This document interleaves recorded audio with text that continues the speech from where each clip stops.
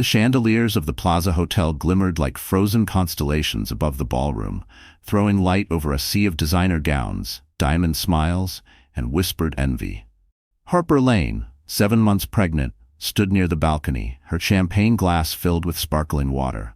Her husband, Dr. Nathaniel Cross, was across the room, laughing too loudly with his surgical team. For a moment, Harper tried to convince herself that tonight was just another charity gala, another night to play the perfect wife. But something in Nathaniel's eyes had changed lately, a darkness she could no longer ignore. She adjusted the silver bracelet on her wrist, a gift from her daughter, Lila. It still smelled faintly of the lavender lotion the little girl always smeared on everything she touched. Harper smiled at the thought, but the smile faded when she saw her. Celine Hart, Nathaniel's new surgical assistant, the woman everyone whispered about. The woman with the glossy hair and predatory grace. Celine glided through the crowd in a scarlet Dior gown, every movement rehearsed to perfection. Her hand brushed Nathaniel's shoulder, lingering just long enough to make Harper's stomach twist. Nathaniel leaned in, his expression tender in a way Harper hadn't seen in months. The room blurred for a second. She couldn't breathe. A soft voice interrupted her thoughts. "Mrs. Cross, the press is waiting for a photo." The event coordinator gestured toward the stage where a charity banner gleamed. New York Hearts Initiative, hosted by Dr. Nathaniel Cross. Harper straightened her posture, forcing a smile. She joined her husband just as a photographer aimed his camera. Nathaniel wrapped an arm around her waist, the picture of devotion. The flash burst, and Harper caught the faint scent of Celine's perfume clinging to his tuxedo. Later that night, the air in the hallway outside the ballroom was colder. Harper had slipped away to catch her breath. Her heels clicked softly against the marble. She pulled out her phone, scrolling through messages she could barely see through her tears. Then a voice sliced through the silence. "You really should have stayed home, Harper." Celine stood at the end of the corridor, eyes gleaming with contempt. "You don't belong here anymore." "I'm his wife," Harper said quietly. Celine's smile was razor-thin. Not for long. Before Harper could react, Celine stepped forward, the heel of her Louboutin catching light as she shoved Harper hard. The world tilted. Glass shattered. Pain seared through her belly as she fell against a mirrored table. Somewhere, a violinist kept playing, unaware that blood now streaked the marble floor. Nathaniel's voice echoed down the hall. "What the hell happened?" Celine turned, crocodile tears already streaming. "She attacked me. I tried to help her." The guests gathered in panic. Harper tried to speak, but her breath came in jagged sobs. Nathaniel knelt beside her, his face twisted, not with fear for her, but fury. "You embarrassed me," he hissed, low enough that only she could hear. She reached for his hand. "Please, the baby." But he pulled away. "You brought this on yourself." The paramedics arrived minutes later, their sirens slicing through Manhattan's midnight hum. Harper's vision blurred as she was lifted onto the stretcher. Through the chaos, she saw Celine's trembling act and Nathaniel's mask of concern for the flashing cameras. And just before the elevator doors closed, Harper heard the reporter's question. "Dr. Cross, is your wife unstable, as the rumors say?" Nathaniel didn't deny it. He simply looked up composed and said, "My wife has been under a lot of emotional stress." The crowd gasped, and Harper realized, even as she bled, that her husband had just made her the villain of his story. The smell of antiseptic and stale air filled the recovery room when Harper Lane opened her eyes. The bright hospital lights blurred into halos, and for a second, she didn't remember where she was.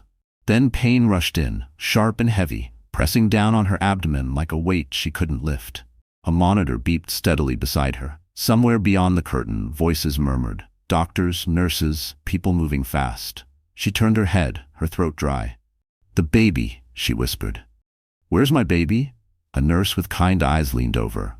"You're lucky to be alive, Mrs. Cross," she said softly. "You lost a lot of blood. The baby is stable, but we had to keep him in neonatal care. You need to rest." Tears filled Harper's eyes. Relief came with guilt, tangled like vines. She wanted to hold her child, to make sure he was real, but every inch of her body ached. Her right wrist was bandaged. She remembered falling, the sound of shattering glass, Celine's perfume thick in the air. Her pulse quickened as the memories aligned. The shove, the lie, the betrayal. When the door opened, Nathaniel entered, immaculate as ever in his charcoal suit. His expression was polished concern, the same one he wore for TV interviews. He sat beside her bed, brushing imaginary lint from his cuff. "You scared everyone last night," he said. "You nearly killed yourself and our baby." Harper stared at him, disbelief flooding her voice. "You saw what she did. You know Celine pushed me." Nathaniel's eyes hardened. "Celine saved you. She told the police you fell, that you were hysterical. Everyone saw you lash out at her before you slipped. Do you understand how bad this looks? The press is already circling. My career." "Your career?" Her voice cracked. I could have died."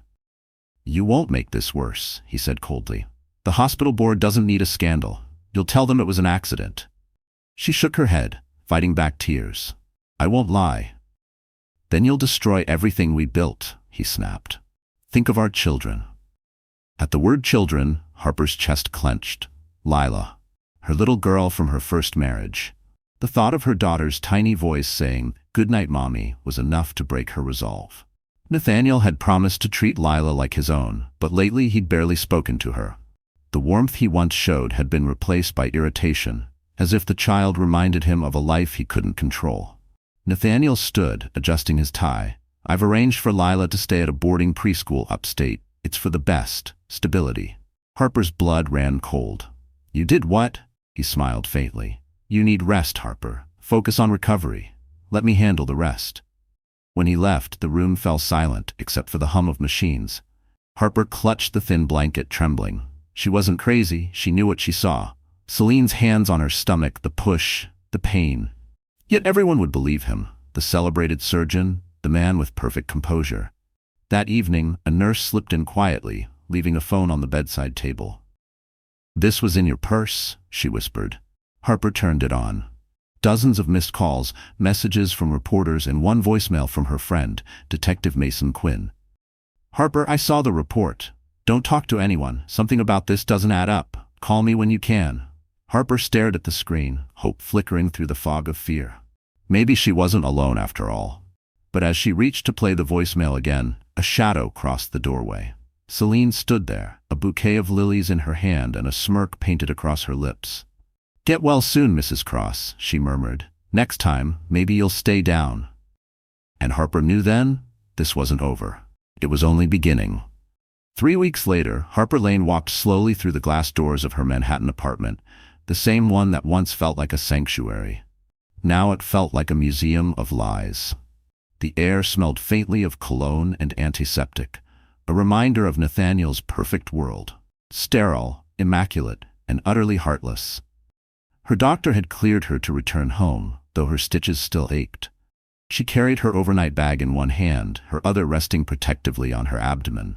Every step echoed through the marble foyer, a hollow sound that made her feel like a ghost haunting her own life.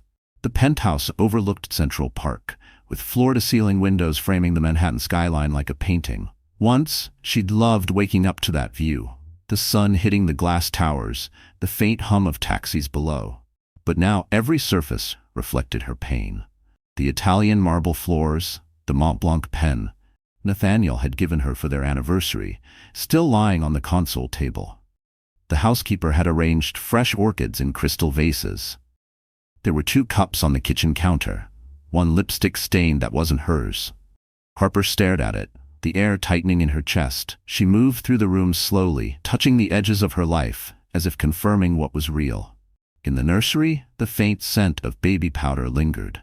Tiny clothes folded neatly in drawers, a silver rattle from Tiffany's, a soft blue blanket embroidered with the name Eli, her son's name. The child still in the hospital fighting quietly while his mother fought for truth. Her phone buzzed.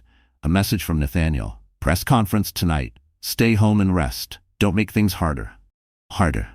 The word made her laugh bitterly. She opened the news app and froze. There he was, Nathaniel Cross, standing at a podium outside the hospital, cameras flashing. "My wife is recovering from a tragic accident," he told reporters smoothly. "We're grateful to my colleague, Nurse Celine Hart, whose quick actions saved 2 lives." The crowd applauded. Beside him, Celine smiled modestly, her hand brushing his arm. Harper's stomach turned. He was rewriting reality in real time. She turned off the TV before the bile rose higher.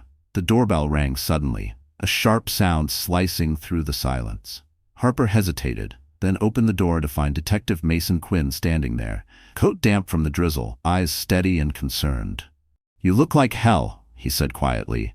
"Thanks for the compliment," she replied, her voice rough. He stepped inside, scanning the apartment.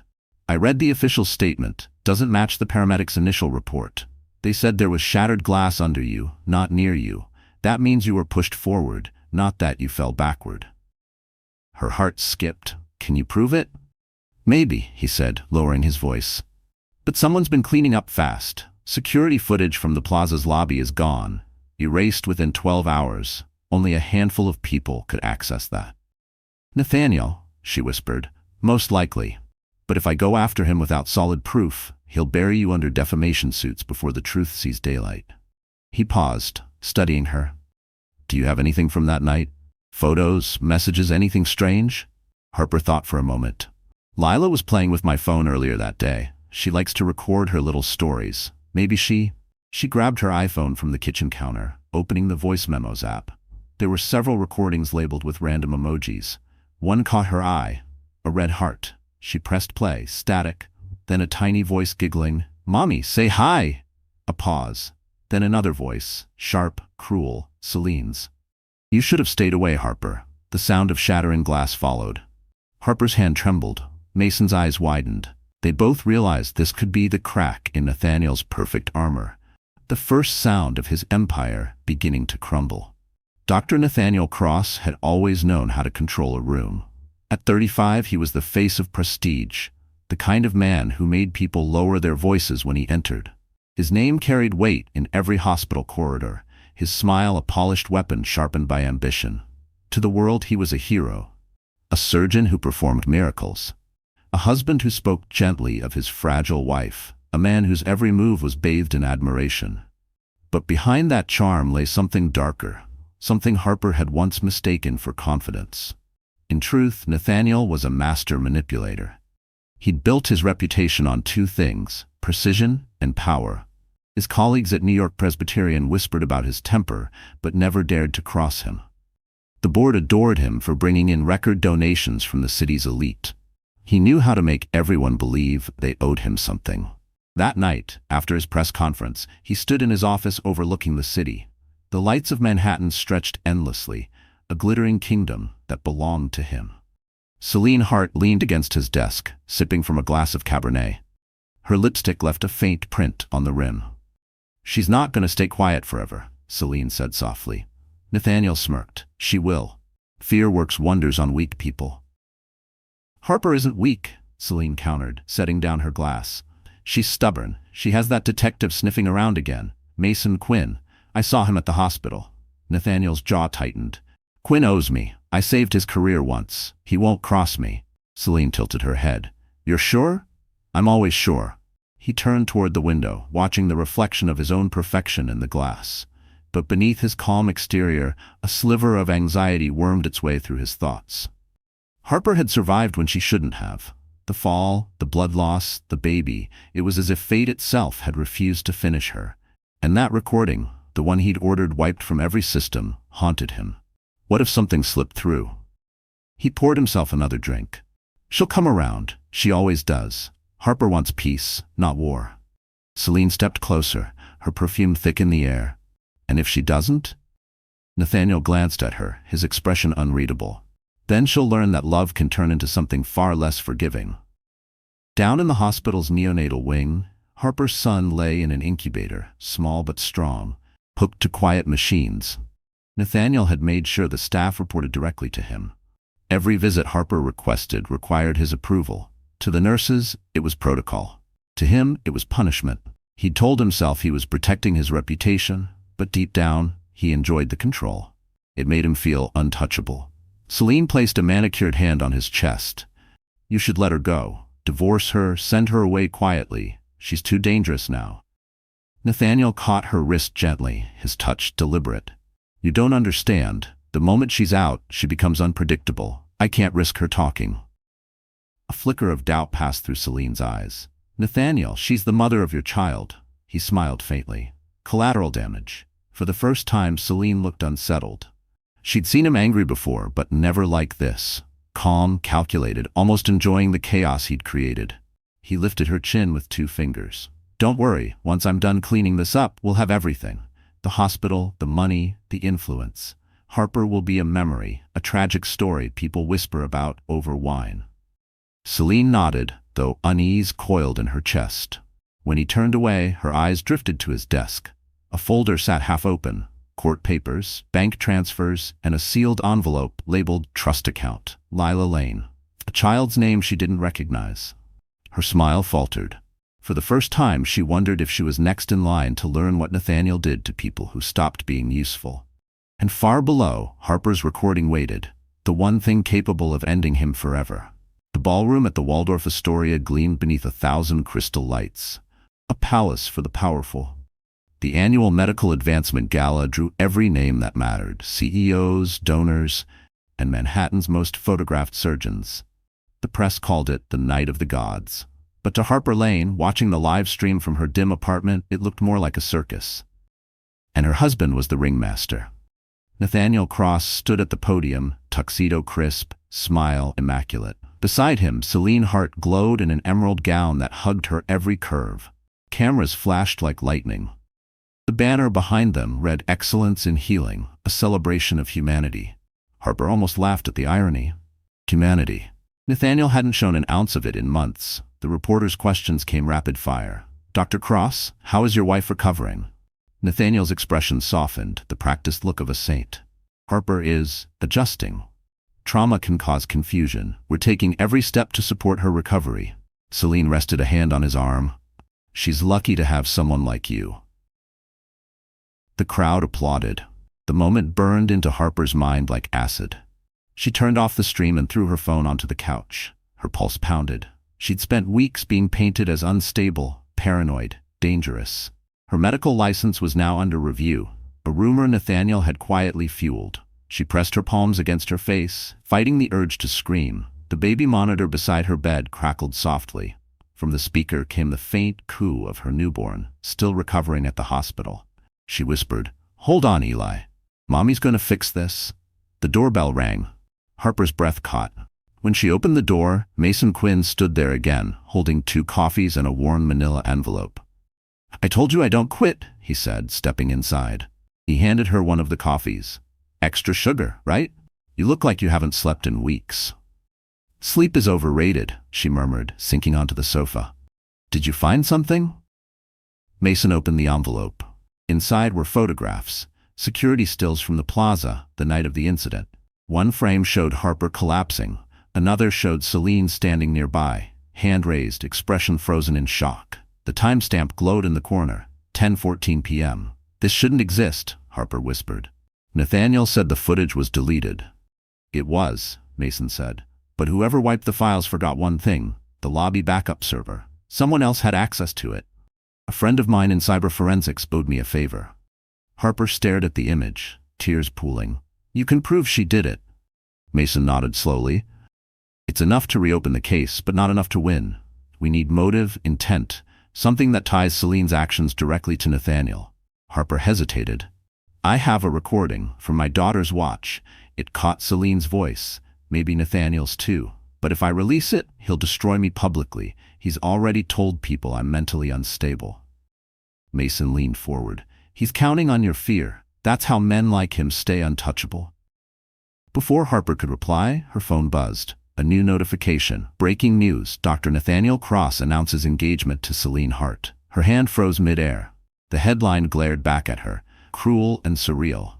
Underneath was a photo of Nathaniel placing a diamond ring on Celine's finger, his hand steady, his smile radiant.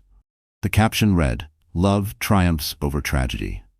Harper's vision blurred. Her entire body shook as rage replaced pain. Mason reached for the phone, but she stopped him. "No. Let them celebrate," she said quietly. "They just gave me the motive you needed."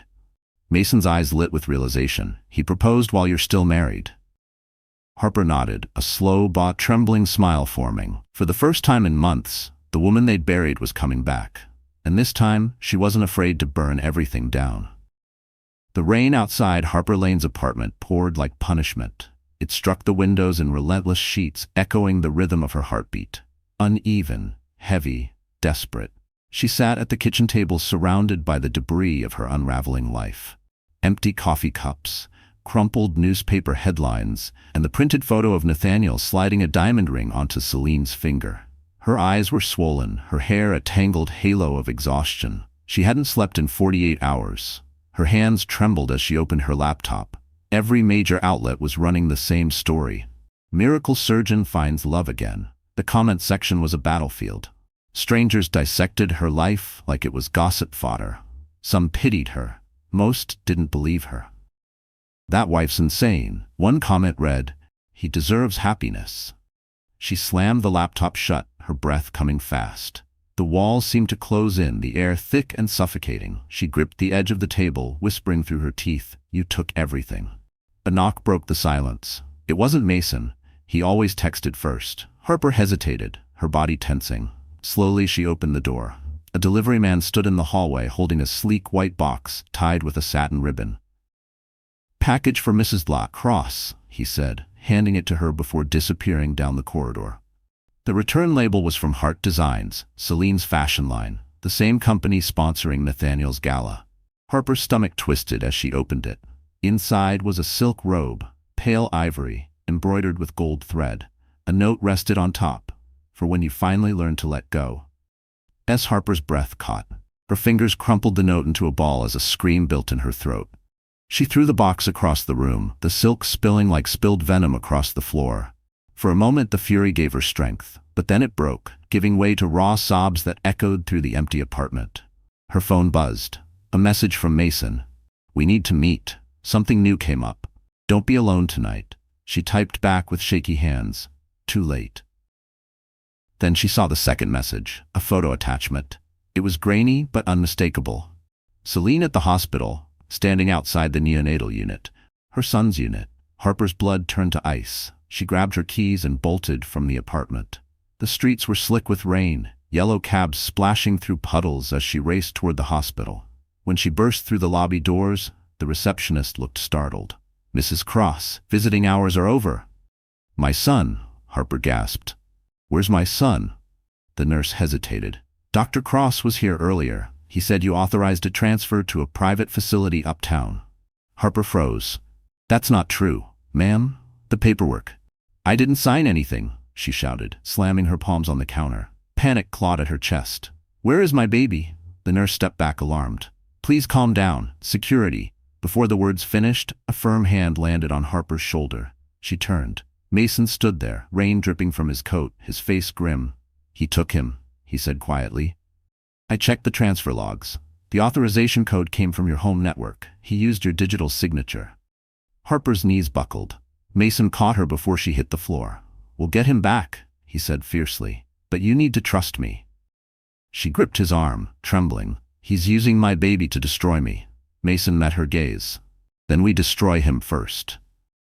Outside, thunder cracked across the Manhattan skyline. Harper straightened slowly, wiping her tears with the back of her hand. The fragile, broken woman was gone. In her place stood something harder, colder, because when Nathaniel took her child, he didn't just take her hope, he created his own worst enemy. By the time dawn crept across the Manhattan skyline, Harper Lane's apartment was a war zone of evidence. Paperwork, photos, and printouts blanketed the dining table beneath the cold glow of a single lamp. Detective Mason Quinn stood beside her, sleeves rolled up, eyes sharp despite the fatigue etched into his face. A half-finished Starbucks cup sweated beside his notebook. The room smelled of burnt coffee and adrenaline. Harper played the recording again, the tiny voice of her daughter Lila giggling, followed by Celine's hiss, the sound of shattering glass, and Harper's terrified gasp. Mason leaned closer. "That's not just Celine," he said. "Listen carefully." He adjusted the audio levels on his laptop. Beneath the chaos, another voice emerged, deeper, controlled. Nathaniel's. "Do it. Make it look like she slipped." The words hit Harper like a physical blow. Her hand flew to her mouth. "He told her to push me." Mason nodded grimly. "And that's premeditated assault. If we authenticate this, he's finished." "But he has everything. Lawyers, money, connections," Harper whispered. "He'll bury us." "Not if we go bigger," Mason said. "He's not just a man. He's a brand. His reputation is his armor. We strip that away first." Harper stared at him. "How?" Public exposure, Mason replied. We leak the right pieces, not to the tabloids, but to someone he can't buy. Someone like the Chronicle. The name sparked something in Harper's memory. The Chronicle, New York's most powerful paper, run by the Quint Media Group. Her late father had once worked for them before his death. She still had contacts there. Maybe fate wasn't done helping her yet. She opened her laptop, logged into her old email, and typed a name she hadn't thought of in years. Amara Quint. The editor-in-chief herself. Harper hesitated for a long moment, then began typing. Amara, it's Harper Lane. I have proof that Dr. Nathaniel Cross staged the assault that nearly killed me. Please, I just want the truth out before he destroys another life. Mason watched her send it, then exhaled. Once this goes live, there's no going back. I don't want to go back, Harper said quietly. I want him to feel what it's like to lose control. Before Mason could respond, her phone buzzed. An unknown number. She answered instinctively. Mrs. Cross, Nathaniel's voice purred through the speaker, smooth as ever. You're making a mistake. Her pulse quickened. Where's my son? Safe, he replied. But safety is conditional. I know about your little detective friend. I know you've been digging where you shouldn't. You kidnapped my child, Harper snapped. He chuckled. Such an ugly word. I'm protecting him. From you, the unstable mother with violent tendencies. The woman who attacked my colleague. It's a compelling story, isn't it? Her hands shook. You can't keep lying forever. Oh, but I can, Nathaniel said, because no one wants the truth. They want a headline, and I already wrote it for them. Then the line went dead. Harper stared at the phone, numb. Mason's jaw tightened. He's escalating. That means he's scared. She took a deep breath, forcing her trembling hands to steady. Good, let him be scared. Mason's eyes softened for a moment. You're stronger than you think. She gave a bitter smile. No, Mason, I'm just done being weak. Outside, the first rays of sunlight pierced the skyline, painting her reflection on the window, pale, determined, unrecognizable from the woman who had once begged for mercy. She turned back to the table, pressed upload, and watched as the file, labeled the Cross recording, began transferring to Amara Quint's encrypted inbox. And somewhere across the city, the man who once controlled everything had just lost the one thing he never expected. The narrative. The city woke to scandal. By 8 a.m., the headline blazed across every phone in Manhattan. Leaked recording implicates Dr. Nathaniel Cross in assault on wife. The Chronicle had published it first, followed by every major network. The sound file, that chilling command, do it. Make it look like she slipped. Played on repeat during morning news cycles. By the time Harper Lane stepped out of her apartment, the world that had once worshipped her husband was already turning on him. She stood on the sidewalk outside the plaza, the same place she had bled weeks before. Now she walked taller, dressed in a sleek black coat that hugged her frame, her hair smooth and controlled, her makeup subtle but fierce.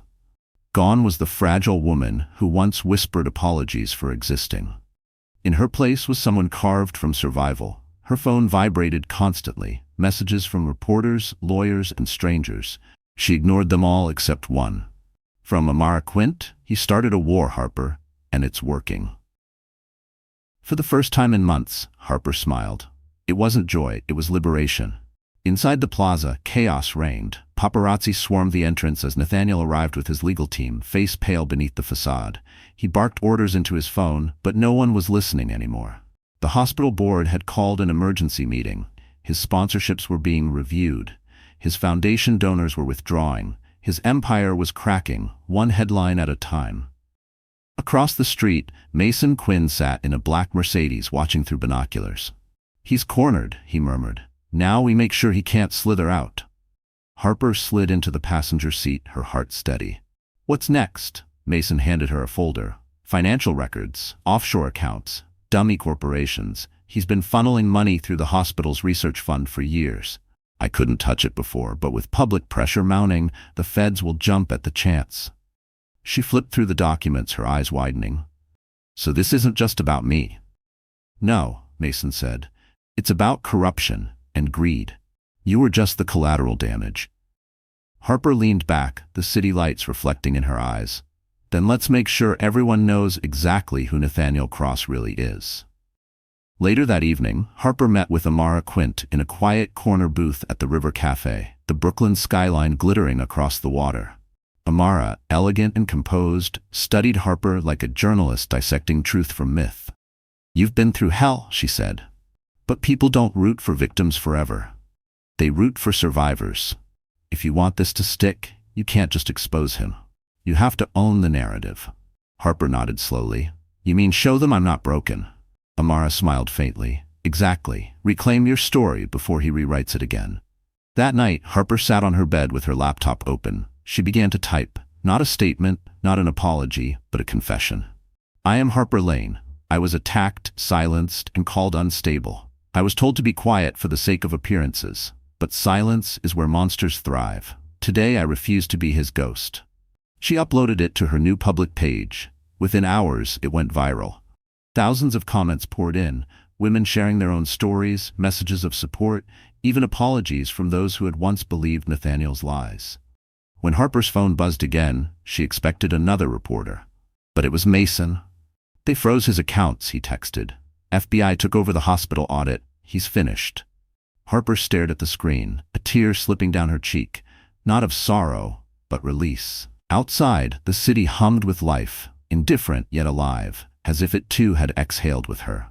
She looked out at the skyline and whispered, "You tried to destroy me, Nathaniel, but all you did was build the woman who's going to bury you." And for the first time, she believed it. The Waldorf Astoria glittered again that Friday night, but this time, the lights didn't shine for Nathaniel Cross. They hunted him. It was supposed to be the annual Heart of Manhattan charity gala, his chance to salvage what remained of his reputation. The hospital board insisted he appear to address the controversy. What they didn't know was that Harper Lane had been invited too. The Chronicle had sponsored a portion of the event, and Amara Quint made sure her guest list sent a message. Redemption always finds its stage. Harper stood before the mirror in her hotel suite, fastening a diamond drop earring. Borrowed, not bought, her reflection calm and composed. She wore a black satin gown that curved around her like armor. Mason Quinn waited by the door, adjusting his tie. "You don't have to do this in person," he said. "I do," Harper replied. "He destroyed me in front of the world. It's only fair I return the favor, with an audience." The drive to the Waldorf was silent except for the faint hum of the city. Outside, photographers lined the entrance. The moment Harper stepped out of the car, flashes erupted like fireworks. Questions flew through the air. "Mrs. Cross? Is the recording real? Did you fabricate the attack? Are you here to confront your husband?" She didn't answer. She just smiled, the kind of smile that said she'd already won. Inside the ballroom, the mood was tense. Nathaniel stood near the stage, his tuxedo perfect but his eyes rimmed red. The whispers followed him everywhere. Investors pulling out, donors avoiding his gaze, colleagues pretending not to know him. When he saw Harper across the room, his jaw clenched. Celine wasn't beside him. Rumor had it she'd fled the city 2 days earlier, hounded by reporters and stripped of her nursing license.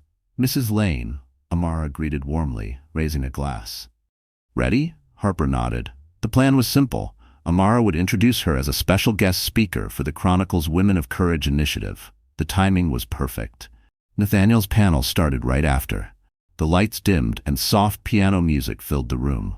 Amara took the microphone. "Tonight," she said, "we honor women who found strength in silence, and even more in breaking it." She turned toward Harper. "Please welcome someone whose courage reminds us all that truth always finds light." As Harper walked to the stage, every eye followed her. The murmurs grew. Nathaniel's expression hardened into panic. She reached the podium and took a deep breath. "A few months ago, I almost died at a charity gala very much like this one. The official story said I slipped, that I was unstable, that I needed help." She paused, scanning the crowd. "What I needed was justice." The audience was silent. Nathaniel shifted uncomfortably. "I was told to stay quiet, to protect reputations, careers, images, but silence doesn't protect. It imprisons." Harper clicked the small remote in her hand. The massive LED screen behind her flickered, and then came the sound. Nathaniel's voice filled the ballroom. "Do it. Make it look like she slipped." Gasps rippled across the room. The screen displayed photos of hospital documents, offshore transfers, and finally, the leaked email linking Nathaniel to medical fund fraud. Harper turned slightly, her voice calm but cutting. "That, ladies and gentlemen, is the sound of power revealing itself. My name is Harper Lane, and that man," she pointed toward Nathaniel, who stood frozen, "taught me that monsters wear tuxedos too." The crowd erupted. Security moved toward Nathaniel as reporters swarmed. He shouted something unintelligible, but no one listened. Mason met Harper's eyes across the room and nodded. The cameras captured everything: her calm, his fall, and the exact moment a titan lost his crown. And when Harper walked off that stage, she didn't just leave her pain behind, she left him buried beneath it. The morning after the gala, Manhattan woke up to a storm louder than the rain. News vans clogged Fifth Avenue, headlines screamed betrayal, and talk shows replayed Harper Lane's speech like gospel. The clip of Nathaniel's voice, "Do it, make it look like she slipped," had already hit 10 million views. Commentators called it the fall of a god. For once, Harper didn't hide from the noise. She brewed a cup of coffee, opened her window, and let the city's chaos sound like peace. Her phone rang. "Mason Quinn. He's been arrested," he said simply. Harper closed her eyes, inhaling the words like oxygen. Charges: assault, fraud, witness tampering, obstruction, and the FBI froze his accounts. Celine turned herself in last night. She confessed to everything. She says Nathaniel threatened her life. Harper's hand tightened on the mug. "He probably did. She gave them his backup drive," Mason continued. "Every illegal transaction, every bribe, every private message, he's finished." For a moment, Harper said nothing. Relief was strange, almost foreign, after months of terror. "What about Eli?" "He's safe," Mason said gently. "The hospital confirmed he's back in neonatal care. The court granted you temporary custody this morning. Congratulations, Harper. You won." Tears blurred her vision. She sank onto the couch, the weight of months lifting like smoke. But beneath the relief was something deeper, a hollow ache, not for Nathaniel, but for the years she'd wasted believing in him. Later that day, Harper walked into the courthouse, not as a defendant, but as a witness. Reporters swarmed the marble steps. She wore a navy suit, her hair tied back, her posture steady. Inside, Nathaniel sat at the defendant's table, wrists cuffed, jaw tight. The arrogance was gone. The predator looked small now, then almost fragile beneath the harsh courtroom lights. When their eyes met, he smirked weakly. "You think you've won?" he muttered as she passed. Harper paused. "No," she said softly. "I think I finally stopped losing." The trial lasted only 3 days. The evidence was overwhelming. The jury deliberated for less than an hour before returning with the verdict: guilty on all counts. As the judge read the sentence, 20 years in federal prison, Harper felt the world tilt back into balance.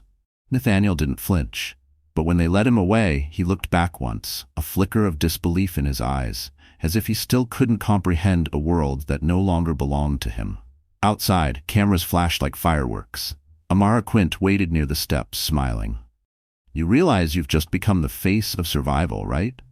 "I didn't want to be anyone's face," Harper said quietly. "I just wanted to be free." Amara nodded. "Freedom's the most powerful headline." Weeks passed. Harper's life slowly stitched itself back together. The noise faded, replaced by laughter. Lila's giggles filling the apartment as she danced around the living room, her brother sleeping peacefully in his crib. The sunlight warmed the walls again. Harper painted for the first time in years. Small canvases of sky and water, symbols of peace she was finally learning to believe in. One evening, Mason visited. He stood at the doorway, holding a tiny wrapped box. "A thank you," he said. Inside was a silver pendant shaped like a phoenix. "Rebirth suits you," he said with a grin. Harper touched the pendant, smiling. "You really think I'm done rising?" Mason chuckled. "I think you're just getting started." Later, when the apartment was quiet, Harper sat by the window, watching the city lights ripple across the Hudson. Her reflection stared back, calm, whole, unafraid. She whispered to the skyline, "You tried to break me, Nathaniel, but I rebuilt myself from the pieces you left behind." And with that, Harper Lane, once a victim, now her own salvation, closed her eyes, the city humming like a heartbeat beneath her feet. Because sometimes justice isn't a sentence. It's peace. And peace, finally, was hers. 2 months after the trial, Harper Lane stood on the terrace of her new apartment overlooking the Hudson River. The air smelled of rain and salt, the city lights shimmering like a living constellation. For the first time in a long while, she could breathe without fear. The chaos had faded into distant echoes. No more courtrooms, no more headlines, no more lawyers dissecting her life. Just quiet. Just peace. Inside, the apartment was warm and alive. Lila was sprawled across the couch, drawing pictures of rainbows and stars, while baby Eli slept nearby in his bassinet. A faint melody played from the small Bluetooth speaker, something gentle, piano and strings. Harper's phone buzzed with a message from Amara Quint. Your op-ed just broke 1 million shares. Women are calling you a symbol of strength. How does it feel? Harper typed back. It feels like healing finally started. She set the phone aside and walked toward the bookshelf, her fingers brushing across the spines of new books she'd bought. Women Who Run with the Wolves, Atomic Habits, The 48 Laws of Power. They weren't decorations, they were lessons. Pieces of herself she was learning to rebuild. That night, after putting the kids to bed, Harper made tea and sat by the window, watching the reflection of her city ripple against the river. Her mind drifted to Nathaniel. The image of him being led away in handcuffs still replayed sometimes, not with triumph, but with an ache. Not for love lost, but for the illusion she'd once lived in. She'd built her life around a man who looked perfect on paper and poisonous underneath. Her thoughts were interrupted by a knock at the door. When she opened it, Mason Quinn stood there holding 2 cups of Starbucks and a faint smile. Peaceful night? Mostly, she said, stepping aside. Except for a toddler with glitter and a baby who hates naps. He chuckled. Sounds like paradise compared to police reports and interrogations. They sat together at the small kitchen table. For a moment, silence stretched comfortably between them, not the heavy silence of fear, but the kind that feels earned. Mason studied her quietly. You know, people don't usually come out of something like that. I'm not sure I am, she admitted. But I'm learning how to live with the cracks. He nodded. Maybe that's the point. Harper sipped her tea, then smiled faintly. You ever think about how strange life is? The same night I thought I'd die was the night everything actually began. Mason tilted his head. You mean the night you were attacked? No, she said softly. The night I stopped pretending. They talked for hours. About cases, books, children, ordinary things that felt extraordinary because they were normal. Before he left, Mason paused at the door. I meant what I said before, he told her. You're stronger than you think, and you're better at saving people than you admit, she replied with a small grin. He smiled back, a little shy. See you soon, Harper. When the door closed, she leaned against it, her heart warm in a way it hadn't been for years. It wasn't romance yet, just peace. Something she hadn't dared to feel since before everything fell apart. Later, Harper checked on the children one last time. Lila murmured in her sleep, Mommy's safe now. The words wrapped around her like a prayer. Harper slipped onto the balcony, the night breeze cool against her skin. She whispered to the skyline, safe? Yes, but never silent again. Below, the river carried the city's lights like a promise, proof that even after storms and scars, life kept moving forward. Because healing doesn't happen when justice is served. It happens when you start believing you deserve peace. It was a crisp Saturday morning when the doorbell rang, sharp, insistent, cutting through the calm rhythm of Harper Lane's new life. She'd been in the middle of making pancakes with Lila, the scent of maple syrup filling the air. For a brief second, Harper thought it might be Mason, bringing coffee like he often did on weekends. But the moment she opened the door, her heart stuttered. A young woman stood there, no older than 25, her dark hair pulled into a tight bun, eyes rimmed red from crying. In her trembling hands was a sealed envelope marked with a federal stamp. Are you Harper Lane? She asked. Yes. The woman hesitated before handing her the envelope. This was sent to me from the Metropolitan Correctional Center. He said you'd know what it means. Harper froze. He? Nathaniel Cross. The words turned her blood to ice. The woman murmured a shaky goodbye and disappeared down the hallway, leaving Harper standing there, the envelope heavy in her palm like a curse. She sat at the kitchen table, staring at it, while Lila hummed nearby, unaware of the weight her mother now carried. Harper's mind raced. Nathaniel was in prison.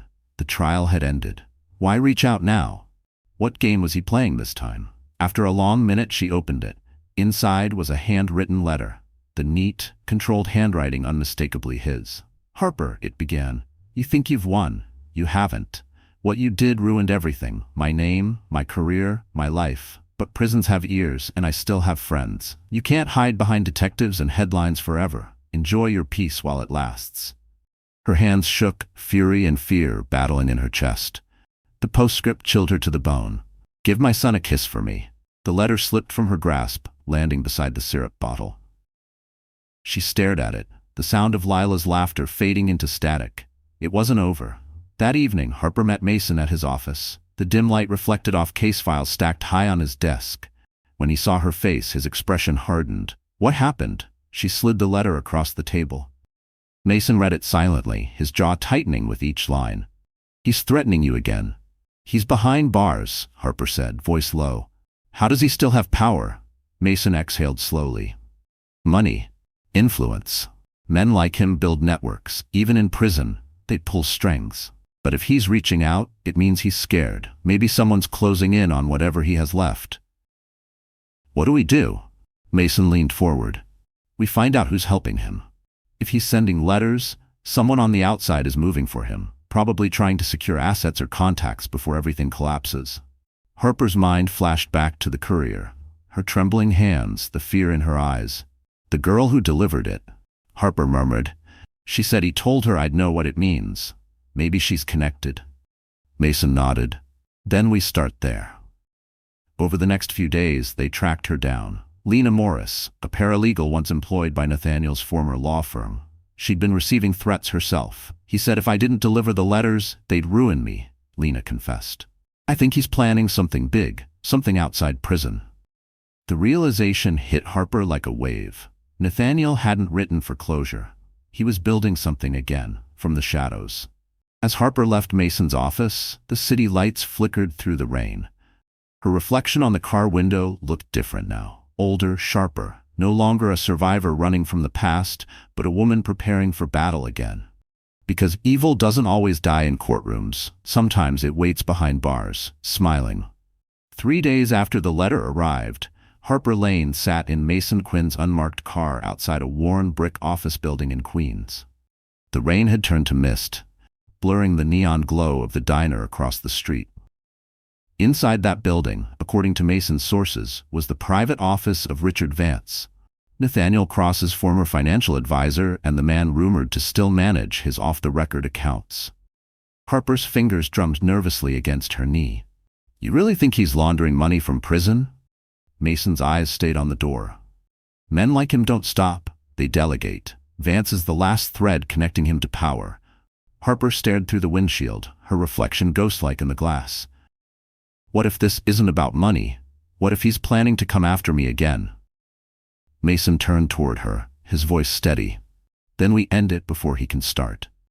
They waited until the building's lights dimmed.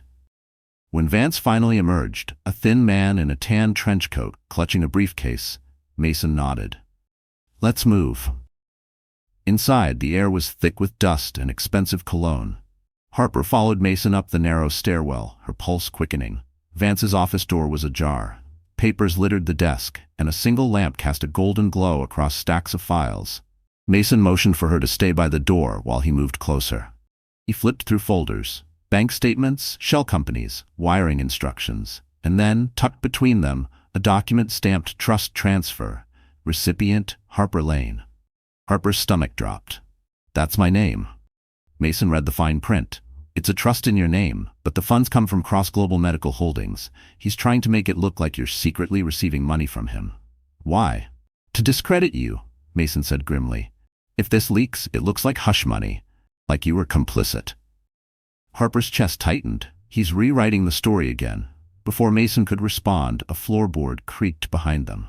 A voice, smooth, familiar, venomous, filled the room. "Always 2 steps too late, detective." They turned. Richard Vance stood in the doorway, a small pistol aimed directly at Mason's chest. "Hands where I can see them," Vance ordered. His voice was calm, almost polite. "You shouldn't be here." Mason raised his hands slowly. "You're working for Cross. How deep are you in this?" Vance smirked. "Deep enough to know Harper's little redemption tour has made powerful enemies. You think taking down one man changes a system built on his money?" Harper's voice trembled, though she fought to keep it steady. "You're helping a criminal destroy innocent lives." Innocent? Vance laughed softly. You think the world rewards innocence? Cross was smart enough to understand that power is the only truth that lasts. Mason took a slow step forward. You're shaking, Vance. Maybe because you know you're the one Nathaniel will sacrifice next. The gun wavered. Sweat glistened at Vance's temple. He'd promised protection. From prison? Mason cut in. He can't protect you anymore. But I can. Lower the weapon and we talk. For a moment, silence hung heavy between them. Then, with a trembling exhale, Vance lowered the gun. Mason grabbed it quickly, cuffing him in one fluid motion. Nice speech, Harper whispered as Mason read him his rights. Mason smirked. I had good motivation. As they searched the office, Harper found a small USB drive hidden inside a hollowed-out book titled The Art of Influence. Mason plugged it into his laptop. Files loaded, hundreds of emails, financial ledgers, and one folder labeled Phoenix Project. What's that? Harper asked. Mason scrolled, eyes narrowing. It's a plan. Offshore accounts, medical data, and... He stopped cold. Transfers scheduled to the Metropolitan Correctional Center. Someone's funding operations inside the prison. Harper felt the air leave her lungs. He's building something from behind bars. Mason shut the laptop. Then we burn it down before it spreads. Because Nathaniel Cross wasn't just a man anymore. He was becoming a network, and Harper was the only one who knew how to cut its heart out. The next morning, Harper Lane and Mason Quinn sat in his office surrounded by papers, printouts, and the faint hum of computers decrypting the USB they'd found in Richard Vance's office. The sun had barely risen, casting a soft gold light through the blinds. The words Phoenix Project glared on Mason's laptop screen like a warning. Mason rubbed his temples. Whoever named this has a sense of humor. Phoenix. Rising from the ashes. Cross isn't just hiding money, he's rebuilding his empire. Harper leaned forward, eyes scanning the documents. What kind of empire can a man run from a prison cell? The same kind that built hospitals under shell companies, Mason said. He's funding medical experiments, overseas, using his old network, private investors, even ex-board members from New York Presbyterian. Harper's stomach twisted. He's hurting people again, and they're letting him. Mason clicked a file labeled PX3C. A video opened, grainy footage of a hospital ward in South America. Patients lay in beds hooked to machines, nurses moving robotically in the background. Then a voice came through the speakers, Nathaniel's, calm, precise. Every death is data. Every success, profit. Medicine isn't about healing, it's about power.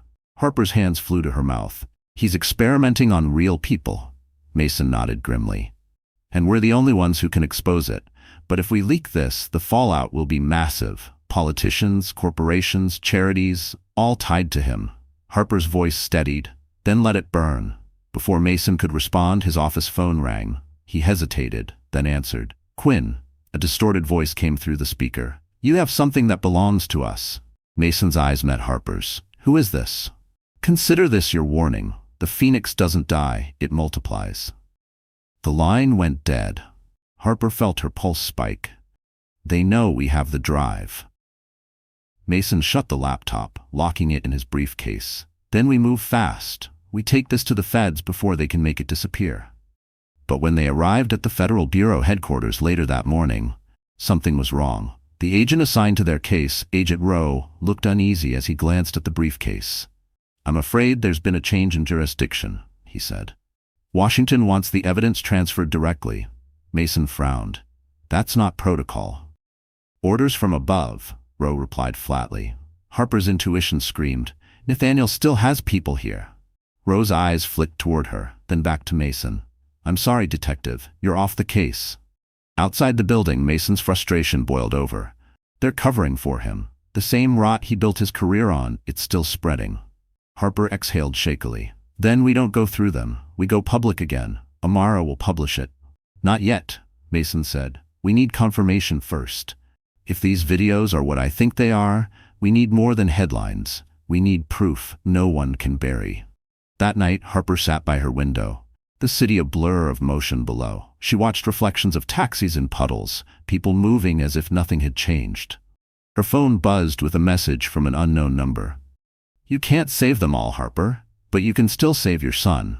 Her breath caught. She called Mason immediately. They have Eli. His voice sharpened. Are you sure? They just sent me his hospital bracelet picture. They took him. Mason's voice dropped to steel. Then this isn't about the Phoenix anymore. It's about leverage. Harper gripped the phone, her voice trembling but fierce. Then they just made the worst mistake of their lives. Outside, thunder rolled over the city. Harper stood, the faint reflection of her son's bracelet glowing on the screen. Her fear had become something else. Focus. Because when they came for her child again, they didn't awaken the victim. They awakened the fire. The city blurred past the car windows, streaks of light and rain as Harper Lane gripped her phone, the image of her son's hospital bracelet burning into her mind. Her knuckles were white, her breath shallow. Across from her, Mason Quinn was already on the phone, his tone clipped, urgent. I need every officer near the neonatal transport routes. Check private ambulances, check traffic cams, anything unusual within the last hour. He hung up and looked at her. They wouldn't risk taking him far. He's leverage, not a trophy. Harper's voice shook, but her eyes were steady. Leverage means negotiation, so let's make them talk. They pulled into Mason's precinct, where the night shift buzzed with tension. Officers moved quickly as data streamed across monitors. The air smelled of coffee and gun oil. A younger officer hurried over. Sir, we traced a private medical van leaving Columbia Presbyterian. No authorization on record. It's heading toward the docks. Mason grabbed his coat. Gear up, we move now. Harper followed, ignoring the officer's glances. She wasn't supposed to be there, but this wasn't procedure. This was survival. The rain intensified as they sped toward the harbor, sirens cutting through the wind. The Hudson glowed under streetlights, waves slapping against metal piers. Somewhere out there, her baby was being used as a bargaining chip in a game she never wanted to play. They found the van abandoned near Pier 46. Its back doors were open, the smell of antiseptic lingering in the air. A small blanket, Eli's blanket, lay folded on the seat. Harper picked it up, her throat tightening. He was here, she whispered. Mason scanned the area, flashlight slicing through the darkness. They're still close. Before Harper could respond, a phone rang. Not hers, not Mason's. It came from the driver's seat of the van. Mason picked it up and pressed answer. A voice echoed through the speaker, calm and cold. Detective Quinn, the voice drawled. I see you found my gift. Mason stiffened. Vance, you're in custody. Who is this? A low laugh. Not Vance. Think bigger. Harper's heart froze. Nathaniel. Hello, darling, her husband's voice purred. Did you really think a prison wall could stop me? I warned you, the Phoenix doesn't die. Harper's grip tightened on the blanket. Where is my son? Safe, for now. But safety comes with a price. You'll bring me that USB drive by midnight, alone. Mason grabbed the phone. You're bluffing. You don't have the kid. Nathaniel chuckled softly. You always did underestimate me, detective. You have 2 hours before the van you're standing beside stops being empty.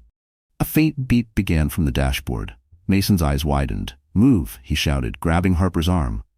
They dove to the ground as an explosion ripped through the air, the van erupting in flames. The shockwave knocked them both into the wet asphalt. Harper coughed, smoke and ash filling her lungs. Mason helped her up, shielding her from the heat. He just declared war. She looked back at the burning wreckage, eyes blazing through the tears. Then we fight fire with fire. Back at the precinct, chaos erupted as agents and detectives scrambled. Mason barked orders, while Harper pulled up her laptop, hands trembling but precise. She opened the Phoenix files again, scanning the encrypted folders. If he wants this drive, she said, then it's not just evidence, it's control. He's using it to manage the network. Mason leaned over her shoulder. So we decrypt it, expose it, and take his entire empire down in one blow. Harper's eyes hardened. And I get my son back. As the rain pounded against the windows, lightning illuminated her face. No longer haunted, no longer helpless. The woman who once begged for mercy was gone. Because when Nathaniel took her child, he didn't just reignite her fear, he reignited the warrior he thought he killed. By the time midnight neared, the storm had swallowed Manhattan whole. Thunder rolled over the skyline like the city's heartbeat, steady and angry. Harper Lane sat in Mason Quinn's car outside an abandoned warehouse on the East River, the coordinates Nathaniel Cross had sent. The glow from the dashboard lit her face, pale but determined. She held the USB drive in her hand, its small metal frame reflecting flashes of lightning. Mason glanced at her. You don't have to do this alone. Yes, I do, she said quietly. He wants me. If he sees you, he'll hurt Eli. Mason clenched the steering wheel. Then at least take this. He handed her a small earpiece. Stay on the line. I'll be 2 blocks out with backup. Harper nodded, slipped the earpiece in, and stepped out into the rain. Her heels splashed through puddles as she crossed the cracked concrete toward the warehouse. The metal door creaked as she pushed it open. Inside, the space was vast and dimly lit, the smell of salt and rust filling the air. A single hanging light swayed gently, illuminating a figure standing in the shadows. Nathaniel. Even from a distance, she could recognize the arrogance in his posture. His prison uniform was gone, replaced by a tailored black coat. He looked almost untouchable again, except for the faint scar running down his cheek, a reminder that even gods could bleed. "Hello, Harper," he said, voice smooth as silk. "I've missed that look, the one between fury and fear." She took a steady step forward. "Where is my son?" Nathaniel smiled faintly. "Safe. For now. You know how delicate infants can be." "You're a monster," she whispered. "I'm a creator," he corrected. "Of life, of chaos, of rebirth. You thought you destroyed me, but you only taught me how to survive." He gestured to the table beside him. A small tablet screen flickered to life, showing Eli asleep in a sterile-looking room. "You give me the drive, you get your son." Harper's hands shook, but she kept her voice even. "You'll let him go?" He tilted his head. "You have my word." She almost laughed. "Your word killed everything good in my life." Nathaniel's smile faltered for a split second. "You've changed. Because you forced me to." She held up the USB drive. "You want it? Come and get it." He stepped forward, eyes gleaming. "Still dramatic, aren't you?" As he reached out, Harper pressed a small button on her wristwatch, a signal Mason had set up earlier. Somewhere outside, a van's engine roared to life. Mason's voice crackled through her earpiece. "We're in position. 10 seconds. Nathaniel's eyes narrowed. "Who are you talking to?" Harper met his gaze. "Someone who doesn't underestimate me anymore." Gunfire erupted outside, Nathaniel's guards exchanging shots with Mason's team. The warehouse lights flickered. Harper seized the moment, tossing the real drive behind a metal crate and pulling a decoy from her pocket. Nathaniel lunged, grabbing her wrist. His grip was iron, his voice venomous. "You think you can outsmart me?" Harper stared him down. "No, I already did." The floor beneath them rumbled. A flash grenade exploded near the entrance, flooding the space with white light. Nathaniel stumbled back, dazed. Mason stormed in with 2 officers, shouting, "Hands up! Step away from her!" Nathaniel reached for something inside his coat, a small syringe filled with clear liquid. "If I can't have freedom," he hissed, "I'll have legacy." Mason fired. The syringe shattered, chemicals splattering across the concrete. Nathaniel fell to his knees, gasping, blood mixing with rainwater. Harper stood over him, drenched and trembling. "Legacy ends here." He looked up one last time, his voice barely a whisper. "You can't kill the Phoenix." Harper met his dying gaze. "No, but I can stop it from rising." As the sirens wailed and officers poured in, Harper turned away from the man who once owned her soul. Now just another broken thing in the wreckage he created. And in that moment, Harper realized she hadn't just survived him. She'd buried him. The night Nathaniel Cross died, Manhattan didn't sleep. News choppers hovered over the East River as police lights painted the sky red and blue. The media called it the end of the Phoenix scandal, but for Harper Lane, it didn't feel like an ending. It felt like aftershock. The silence that comes only when a storm has taken everything with it. She sat in the back of an ambulance, a blanket wrapped around her shoulders, her hair plastered to her face. Mason Quinn stood nearby, speaking to a group of federal agents. The rain had stopped, but the air still carried the metallic tang of gunfire and salt. When Mason returned, his voice was quiet. "It's over, Harper. He's gone." Her eyes met his. "Then why doesn't it feel over?"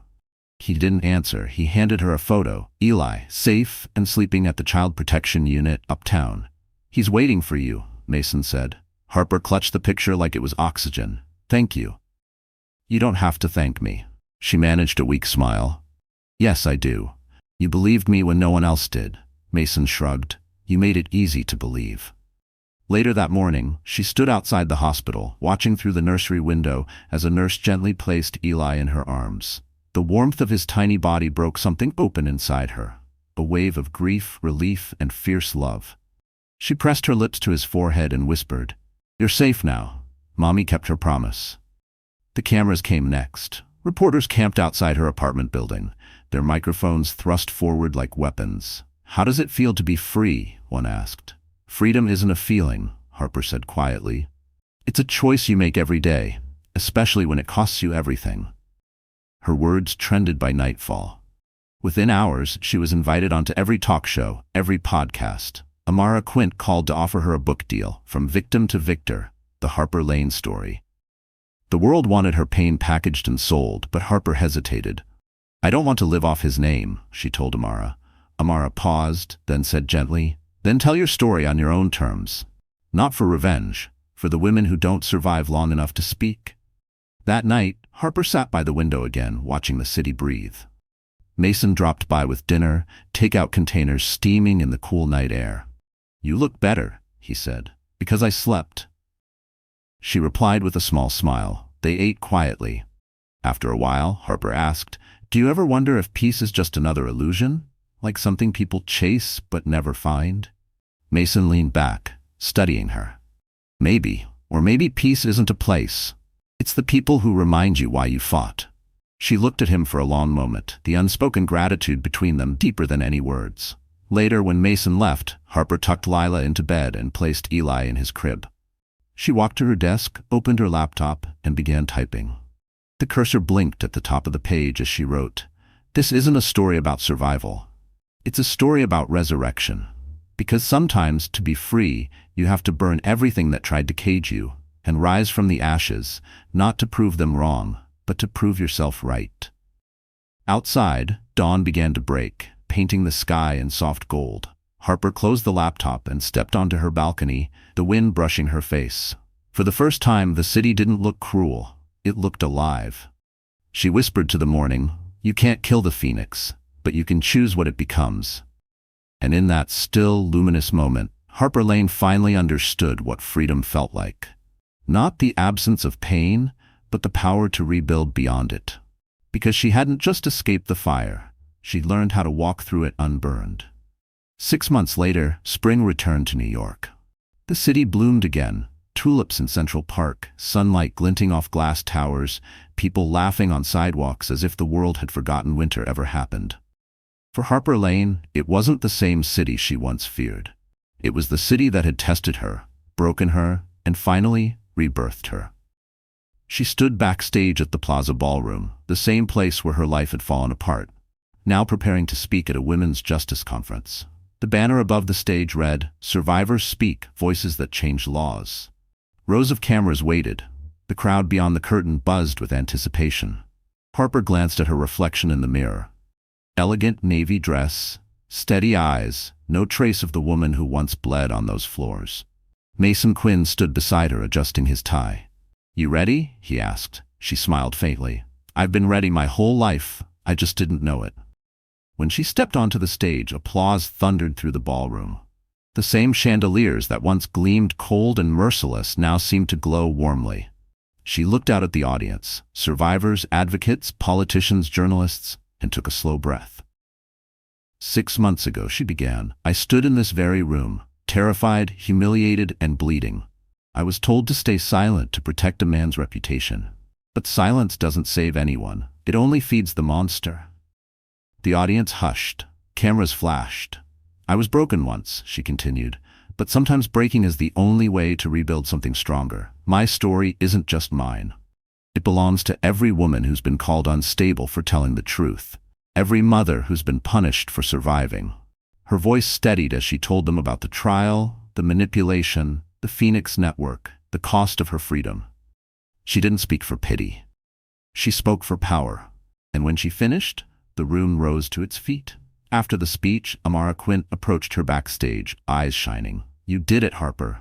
The bill we pushed through last week, mandatory reviews for domestic assault cases tied to high-profile defendants, it passed because of your story. Harper blinked, stunned. It actually passed? Amara nodded. And your foundation's already raised over $1 million for women's legal aid. You're changing lives. For the first time, Harper didn't cry. She simply smiled. It wasn't pride, it was peace. Later, Harper walked through Central Park with Mason. The afternoon sun glowed golden between the trees, and Lila skipped ahead chasing pigeons while Eli babbled in his stroller. The world looked impossibly normal, almost too good to believe. Mason glanced at her. You know, when I first met you, I thought you were strong, but I had no idea how strong until now. She laughed softly. Strong is just what you become when survival's the only choice. They stopped by a fountain. Harper knelt beside Lila, helping her toss a coin into the water. What did you wish for? She asked. Lila whispered, For Mommy to be happy forever. Harper's throat tightened. That's a beautiful wish. As they watched the coin sink, Mason said quietly, You ever think about what comes next? After all this? Harper looked at the water, sunlight scattering across its surface like tiny flames. Maybe I'll write the book. Not about him, about healing. Mason smiled. I'll buy the first copy. The city hummed around them. Traffic, laughter, music from a distant saxophone. Harper closed her eyes for a moment, feeling the warmth of Eli's tiny hand clutching her finger. 6 months ago she'd walked through hell. Now she stood in the light of her own making. She whispered, almost to herself, This isn't a comeback, it's a beginning. Because Harper Lane didn't just survive her story, she rewrote the ending. The morning sunlight poured through the windows of Harper Lane's loft, touching everything with gold. The city outside hummed softly, taxis honking, coffee carts clinking, the ordinary rhythm of a world she finally felt part of again. 6 months of healing had reshaped her life. The scars were still there, physical and invisible, but they no longer defined her. They told her story. The apartment was quiet, except for Lila's laughter drifting from the kitchen and Eli's soft babbling in his playpen. Harper sat at her desk, the open laptop glowing with a blank document titled The Woman Who Walked Through Fire. She hesitated, her fingers hovering above the keyboard. For the first time, she wasn't writing to survive. She was writing to live. Her phone buzzed with a call. Detective Quinn, she said with a smile, answering on speaker. Morning, author. Mason's voice teased. Amara told me your book proposal just got a publishing deal. Harper laughed softly. I guess the world still wants to hear from the woman who refused to stay quiet. You earned it. And the foundation's expanding to 3 more states. Women's shelters, legal aid, trauma recovery programs. You built that, Harper. She exhaled, humbled. No, we built it. There was a pause, the kind filled with unspoken warmth. Coffee later? Mason asked. Always. After the call, Harper turned back to her laptop. The first sentence came easily now. They said I was fragile. But fragile things don't burn, they transform. As she typed, flashes of her old life flickered through her mind. The cold marble of the plaza, the smell of blood and perfume, Nathaniel's chilling smile. For years, those memories had chained her. Now they were proof she had broken free. By afternoon, Harper met Mason at a small cafe overlooking the Hudson. He was already there, 2 lattes waiting, sleeves rolled up, sunlight catching the silver in his hair. You're early, she said, sitting down. I'm punctual, he corrected, smirking. And you look happy.